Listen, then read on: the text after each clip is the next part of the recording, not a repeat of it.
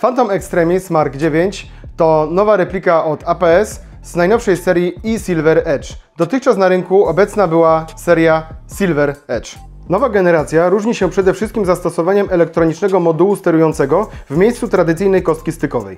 Układ zbudowany jest w oparciu o mikrostyk i posiada MOSFET. Ciekawostką jest zastosowanie hallotronów i magnesów do kontroli trybów prowadzenia ognia. Niemniej, elementy narażone na największe obciążenia, czyli koła zębate, tłok i wszystkie części zespołu pneumatycznego, są w nim w pełni zgodne. Replika posiada nowocześnie wyglądający korpus, znany z wcześniejszych wersji Phantomów. Mamy tu zatem wiele dodatkowych wzmocnień i agresywnie wyglądających krawędzi. Deflektor łusek jest charakterystycznie ażurowy, a okienko wyrzutnika nie posiada klapki zabezpieczającej. Mark IX posiada odmienne oznaczenia wokół selektora.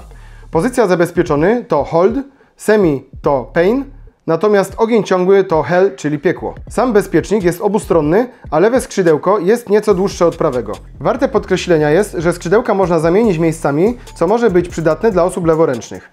Nastawy manipulatora potwierdza wyraźne kliknięcie. Pozostałe cechy charakterystyczne to 10-calowe łoże M-LOK, którego górna szyna perfekcyjnie łączy się z szyną komory zamkowej, dźwignia przeładowania o powiększonym chwycie, obustronny i powiększony przycisk zwalniacza magazynka oraz chwyt pistoletowy produkcji Daytag o zmienionym kącie nachylenia. Zatrzask zamka Bolt Catch jest funkcjonalny i na czas regulacji systemu hop-up zatrzymuje atrapę zamka w tylnym położeniu. Nowością są odłączalne, składane przyrządy celownicze Hawk. Muszka posiada regulację w pionie, a przerzutowy przeziernik o dwóch nastawach w poziomie. W komplecie otrzymujemy dwie krótkie szyny Picatinny z mocowaniem M-LOK, handstopper, jedno mocowanie pasa typu wciśnij kropka, wycior, instrukcję obsługi. Wracając do mechanizmu, zmodyfikowany gearbox w wersji drugiej posiada system szybkiej wymiany sprężyny. Prowadnica z 4 zaczepami mocującymi jest łożyskowana. Stalowe koła zębate osadzone są na 8 mm łożyskach kulowych. Tłok ma pełną stalową szczękę, a płaska głowica również posiada łożyskowanie. Aluminiowa dysza o długości 21,6 mm uszczelniona jest wewnętrznym o-ringiem. Do zasilania repliki można używać stosunkowo niewielkich akumulatorów, na które przewidziano miejsce w prowadnicy kolby.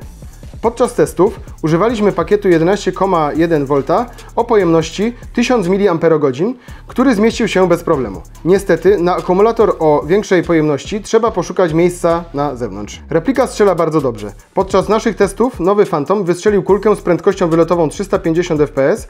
Szybkostrzelność była na poziomie 18 strzałów na sekundę. W chwili testowania Phantoma Mark IX dostępne są jeszcze dwie inne repliki z serii eSilver Edge. Krótki Mark VII z łożem 4-calowym i lufą wewnętrzną 130 mm, długi Mark VIII z łożem 13,5 cala i lufą 405 mm. Testowany Mark IX to replika średniej długości, ma łoże 10 cali i lufę wewnętrzną długości 297 mm. Wszystkie lufy wewnętrzne mają średnicę 6,03 mm. Ta replika na pewno przypadnie do gustu miłośnikom nowoczesnego designu.